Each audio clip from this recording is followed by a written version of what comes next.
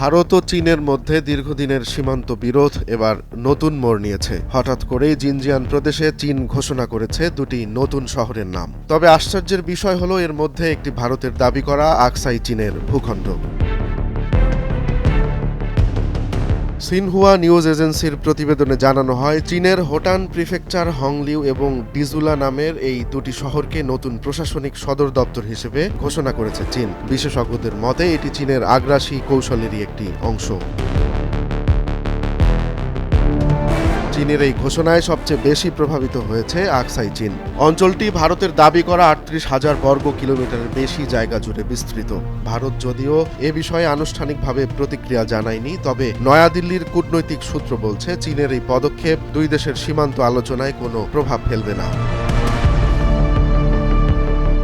চীন ভারত সীমান্ত নিয়ে উত্তেজনা নতুন নয়। ২০২০ সালে লাদাখে গালওয়ান উপত্যকায় সংঘর্ষে ২০ জন ভারতীয় সেনা নিহত হওয়ার পর থেকে এই বিরোধ ক্রমেই আরও জটিল আকার ধারণ করেছে। তবে চীনের এই নতুন পদক্ষেপ দুদেশের দ্বিপাক্ষিক আলোচনায় ফের থমকে দিতে পারে বলে মনে করছেন বিশ্লেষকরা।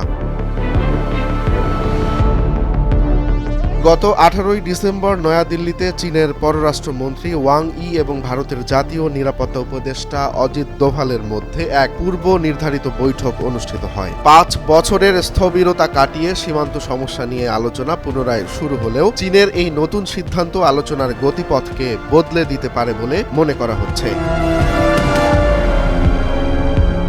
চীন একদিকে ভারতের অরুণাচল প্রদেশকে নিজেদের বলে দাবি করছে, অন্যদিকে আকসাই চীন এবং হিমাচল প্রদেশের কিছু অংশেও নিজেদের বলে দাবি করছে। পাকিস্তান ১৯৬৩ সালে সাক্সগাম উপত্যকায় ভারতের ৫,১৮০ কিলোমিটার এলাকা চীনের হাতে তুলে দেওয়ার পর এই অঞ্চলের সমস্যা ক্রমেই আরও জটিল হয়ে ওঠে।